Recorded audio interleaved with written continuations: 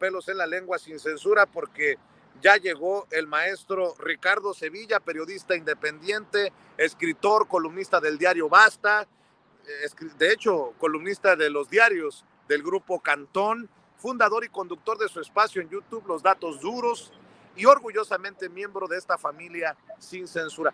Antes, Ricardo, nada más quiero aclararle a la gente, con mucho respeto, podemos no estar de acuerdo en nuestras opiniones, y esa es la bendición en Sin Censura. Incluso los compañeros que no tienen línea, nunca han tenido línea. Ricardo puede decirme, no estoy de acuerdo con lo que acabas de decir, Vicente, como estoy leyendo a ustedes que no están de acuerdo conmigo, y se vale, pero díganme, ¿en qué espacio, en Latinus o con Alasraqui, leen sus comentarios como los estoy leyendo para incluso elaborar preguntas a nuestros invitados para tomar en cuenta sus opiniones? Nada más que quede claro, mi querido Ricardo, esto que estoy mencionando, porque la gente se viene encima como si por culpa de nosotros el Tigre, Ricardo Mejía Verdeja, hubiera quedado en lejano tercer lugar. Nosotros lo advertimos, se los dijimos, así no es, la cosa va a terminar mal, y terminó peor de lo que muchos nos imaginamos. Pero bueno, hay que hablar precisamente de las lecciones, de las elecciones, diría Denise Dresser, lo que ocurrió ayer y cómo este llamado cae como anillo al dedo del presidente Andrés Manuel López Obrador para desterrar la manipulación, la intimidación, el dedazo, el tapado, la imposición, porque vamos por la grande en el 2024 y obviamente muchas otras elecciones, a alcaldes, a senadores, a diputados y a gobernadores. Hay elecciones no solamente por presidente el próximo año en nuestro país, Ricardo. Te mando un abrazo, maestro. Un abrazo de regreso, querido Vicente, público memorioso. En efecto, podemos no estar de acuerdo y justamente esa es la riqueza de Sin Censura. Hay disentimiento, hay debate. Acuérdese usted que el debate no es con las personas, el debate tiene y debe ser con las ideas. Si hacemos un planteamiento y no gusta a alguno de nuestros compañeros, de nuestros amigos, no por eso vamos a perder la amistad. En eso se cifra la auténtica amistad y en eso se cifra el profesionalismo justamente del periodismo, del debate, no de la comentocracia, no de los ideólogos de la derecha, esos personajes que se presentan con guión, con libreto y que siguen una línea editorial. Aquí no, la línea la seguimos nosotros, dependiendo nuestras ideas y dependiendo también pues el análisis que vamos haciendo de la realidad. Este lejano tercer lugar en el que ha quedado Ricardo Mejía Verdeja, pues es algo que se olía, que se palpaba. Le apostaron allá, le apostó él particularmente a la ruptura, porque hay que decirlo así, a la división, y bueno, pues los resultados son palpables allá, pero eso no debe hacernos perder de vista lo esencial, que cae en uno de sus bastiones principales, yo diría el segundo bastión fundamental del PRI. El primero lo fue desde luego la presidencia de la República, cuando perdió aquel histórico 2 de julio del 2000. Que haya hecho una tarea menesterosa el incompetente de Vicente Fox, ese ya es otro cantar, pero esto que estamos viendo, que vivimos el día de ayer, es histórico, y hoy durante su conferencia mañanera el presidente López Obrador, con esa vehemencia que lo caracteriza, propuso desterrar, hablando sobre este tema de la elección tácitamente, las prácticas de manipulación, la compra del voto, la intimidación, el dedazo, el tapado, la imposición, y hace bien desde mi punto de vista el presidente López Obrador en proponerlo, porque a esta hora todo mundo sabe o debería saber que la manipulación busca generar comportamientos a modo, con la intención de favorecer intereses personales o intereses de grupo. La imposición, usted lo sabe, público memorioso, es uno de los peores cánceres de la democracia en México. Y es que a través de diferentes técnicas incluso que son repetidas en los medios de comunicación corporativos, los partidos y los grupos políticos conservadores durante sexenios pusieron en marcha una estrategia destinada a conseguir que las acciones el pensamiento o las emociones de una persona o de un grupo de personas cambiara. Y eso fue lo que utilizó precisamente el PRI ayer en el Estado de México. Emplearon una metodología, su metodología histórica para controlar y utilizar a las masas para tratar de controlarlas, para tratar de llevarlas a su terreno con ideas sustentadas en mentiras y en falacias. Y desde luego que a través de las redes sociales, que a veces hay que decirlo, no son tan benditas, ha aumentado esta manipulación, puesto que actualmente es una de las principales, si no la principal fuente de información. Pero afortunadamente la gente está cada vez más informada, más politizada, más convencida de que debe defender la democracia. Hoy las personas ya saben perfectamente que la oposición recurre a la utilización de granjas de bots en las redes sociales, especialmente en Twitter, ese gran mentidero político. ¿Para qué?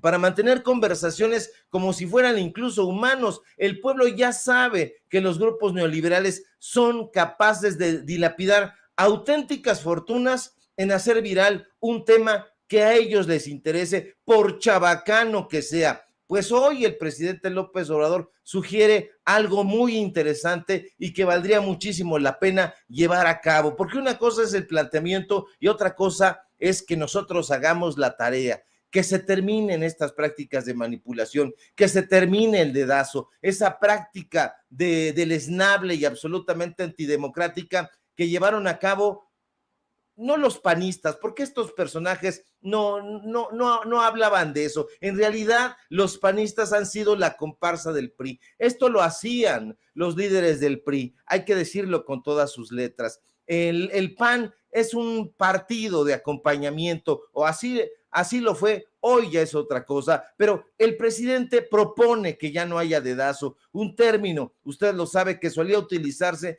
como una forma popular de burla y de protesta hacia los políticos y sus características autoritarias, quienes elegían a sus sucesores justamente con el dedo.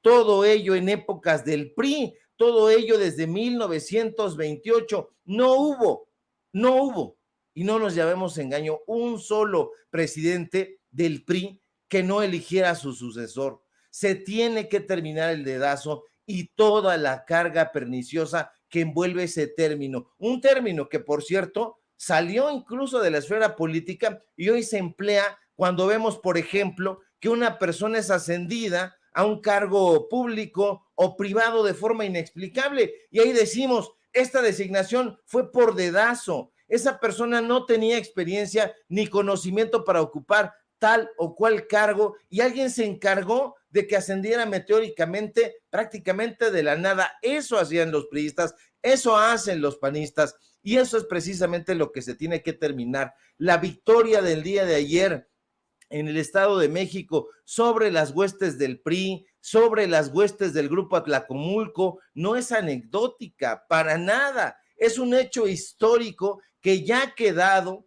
desde ayer anotado en los libros de historia de este país. Si en el año 2000 el PRI concluyó su ciclo ininterrumpido en la presidencia, ayer, 4 de junio de 2023, quedará sentado en los volúmenes de historia de México, particularmente en los apartados de historia sobre la democracia. No cabe duda de que nos están tocando vivir tiempos estelares, como diría el escritor Stephen Zweig, y que repitiera el presidente López Obrador. Ayer, Vicente, nos dimos cuenta de que el voto pensado, el sufragio reflexionado, puede salvar al pueblo de México de las garras de los grupos corruptos. Ayer nos dimos cuenta de que más allá de la intentona, de la compra de votos, del acarreo, de la intimidación y de todos esos recursos desesperados por imponer a un candidato o a una candidata, el pueblo sabe elegir lo que le conviene. Nos hemos dado cuenta de que nuestra democracia no está en pañales, no, como han querido hacernos creer los ideólogos del conservadurismo, no, para nada. Nuestra democracia está en ciernes, pero debemos encontrar la forma de refinar más sus procedimientos, porque si no avanza, hay peligro. Esos agentes externos continuarán tratando de bombardearla con el fin de hacerla caer. Y ya decía Roosevelt que una gran democracia debe progresar pronto o dejará de ser grande o de democracia. No nos debe quedar la menor duda, público memorioso, de que la democracia es el sistema que hará que la tiranía, que la imposición, que el dedazo, que el tapado y todos esos artilugios de la autocracia se dobleguen ante la voluntad del pueblo. La democracia es el gobierno del pueblo, por el pueblo, para el pueblo, como diría el gran Abraham Lincoln. Mi querido Ricardo, precisamente en democracia es muy importante que el pueblo se exprese.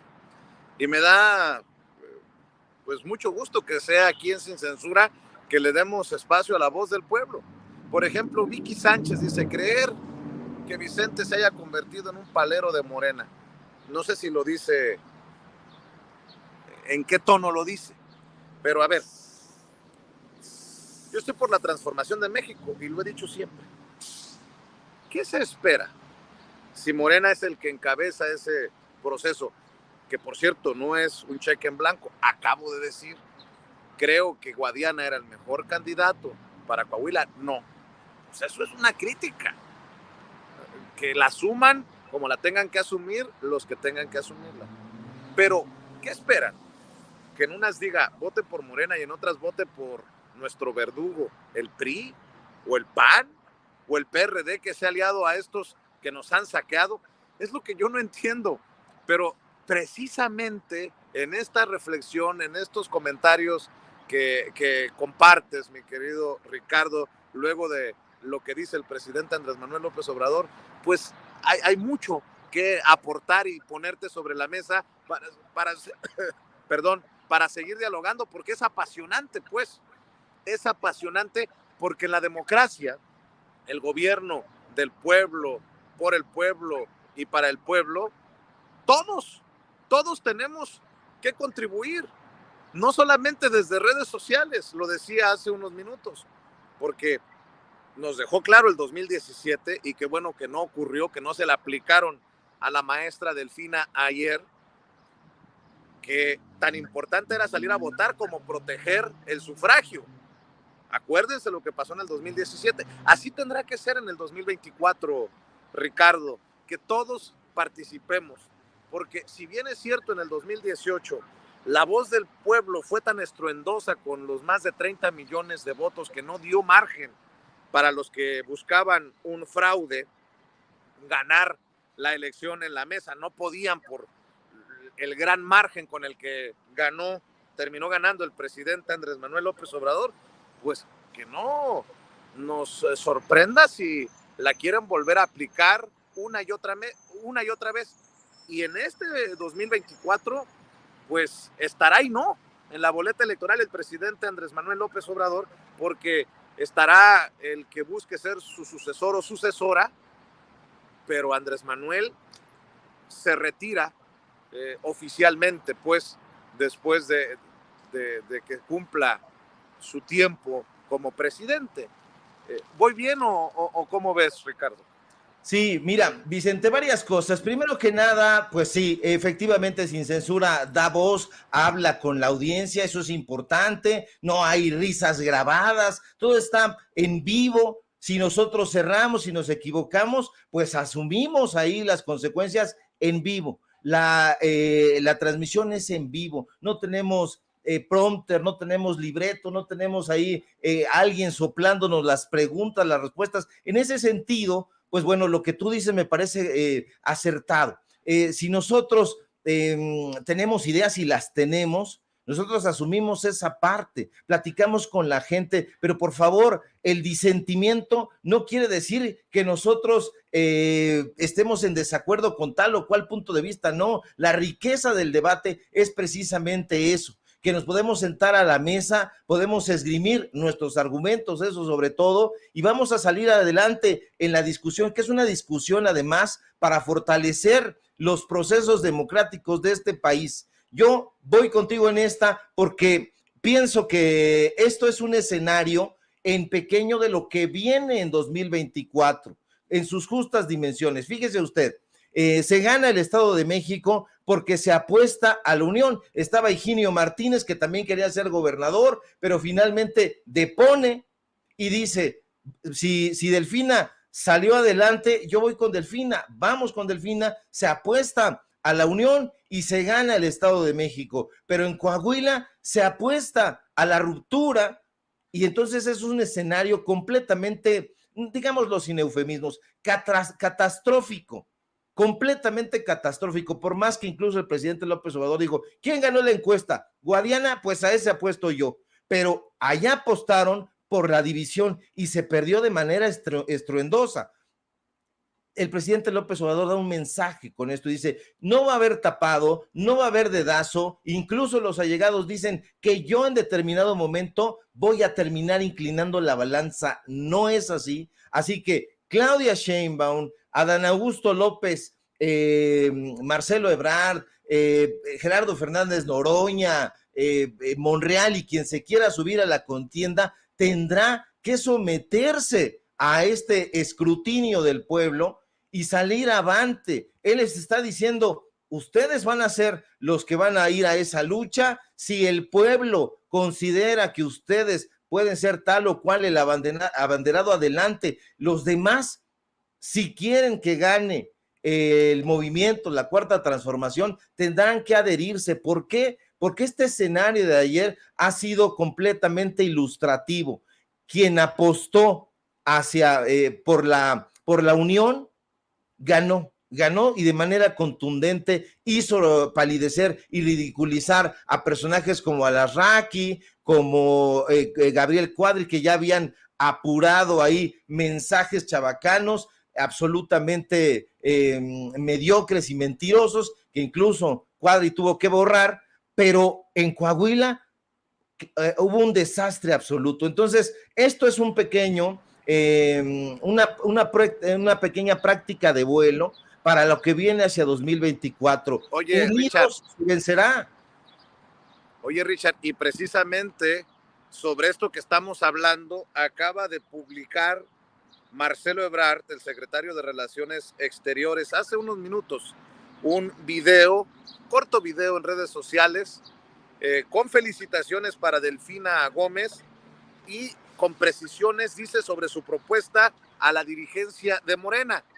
Ya arrancamos rumbo al 2024, y no porque lo diga Vicente Serrano, porque los hechos así lo confirman. Veamos y escuchemos lo que dice el canciller. Hola, muy buenos días. Muy contento con el triunfo de Delfina ayer en el Estado de México. Felicitaciones a ella y a todo su equipo, muy contentos y contentos. Va a ser una gran experiencia la llegada de la cuarta transformación al Estado de México después de casi un siglo, imagínense, muy significativo, es un cambio histórico. Bueno, les había yo dicho que hoy quería yo presentar por la tarde mi propuesta para Morena a efectos de que sea tomada en cuenta en los próximos días, ya que se va a convocar muy pronto. Entiendo que el día 11 van a tener consejo de Morena para ese propósito, para ese objetivo. Me ha pedido el partido que no lo haga hoy, entonces lo haré mañana por la tarde, como estaba previsto hoy. No tengo inconveniente en hacerlo así. Están ahorita medio desvelados o desveladas. Entonces mañana lo presentaré y seguramente será tomado en cuenta para el domingo, que está convocado el Consejo Nacional de Morena. Muchas gracias, felicidades de nuevo a Delfina y a todo su equipo. Felicidades, Estado de México. Para mí es importante retomar esto porque el que ha hablado de piso parejo, el que ha hablado del proceso de la encuesta es Marcelo Ebrard, y Marcelo Ebrard es el, de alguna manera, cuidado por un sector conservador, ¿no? ¿Cuántas veces he escuchado críticas para Claudia Sheinbaum, críticas para Adán Augusto López Hernández, para el propio Gerardo Fernández Noroña, pero de alguna manera han sido un tanto cuidadosos con Marcelo Ebrard por esto que ha surgido, ¿no? De si Marcelo no encaja en Morena, se va a ir o a Movimiento Ciudadano, o sería el perfecto para encabezar a la oposición. Lo he leído en diferentes espacios, lo he leído en diferentes columnas de opinión, seguramente tú también, querido Ricardo Sevilla, y por eso retomaba este videíto. Dice Marcelo que sus propuestas hasta mañana, pues. Ya sabemos cuál es la propuesta de Marcelo implícitamente, sabemos cuál es el perfil de Ebrard, lo vemos en contacto permanente con la oposición, se entiende, pues es un secretario de Estado, tiene que platicar con opositores, tiene que platicar prácticamente con todo mundo. Sin embargo, esta inclinación hacia los grupos neoliberales, dar entrevistas como muy contadas a ciertos personajes de determinada línea, sentarse con ellos y a platicar afablemente, no es que tuviera que golpear en la mesa, pero sí hablar con firmeza sobre cuál es su propuesta de ser el candidato, porque ya es un candidato abierto, por más que digan sus colaboradores que está esperando, que está guardando, lo cierto es que no, es muy visible, ya hay bardas por toda la ciudad, no hemos visto que haya ninguna crítica de esos periodistas conservadores, como por ejemplo sí las ha habido en el momento en que aparecieron las bardas con Claudia Sheinbaum. Bueno, no ha habido esta crítica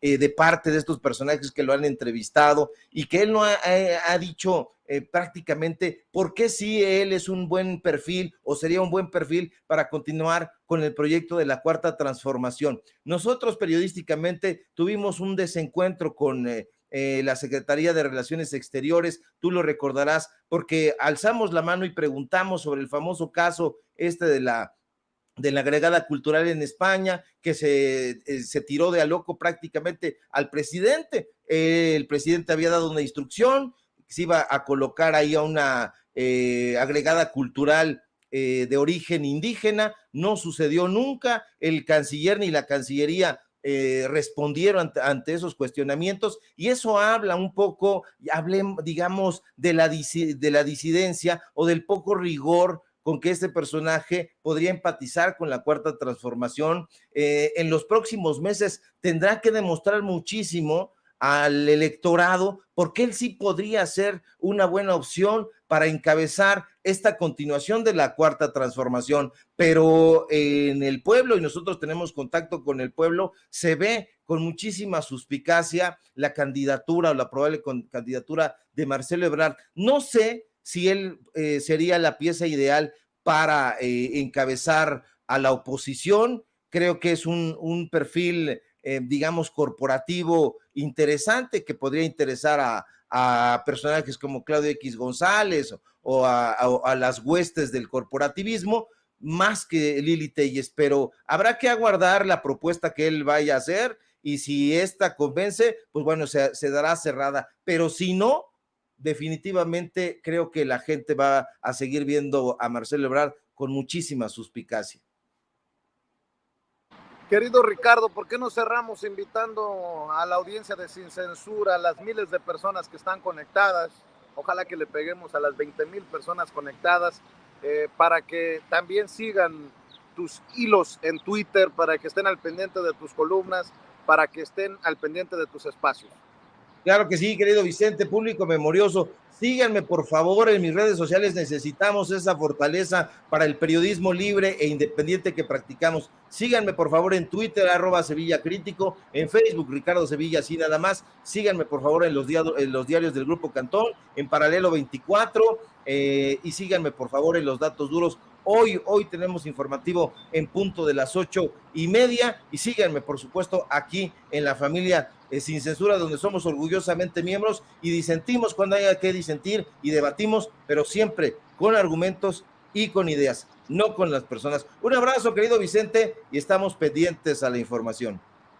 Claro que sí, te mando un abrazo, Ricardo, el maestro Ricardo Sevilla, hablando con nosotros sin censura, y ya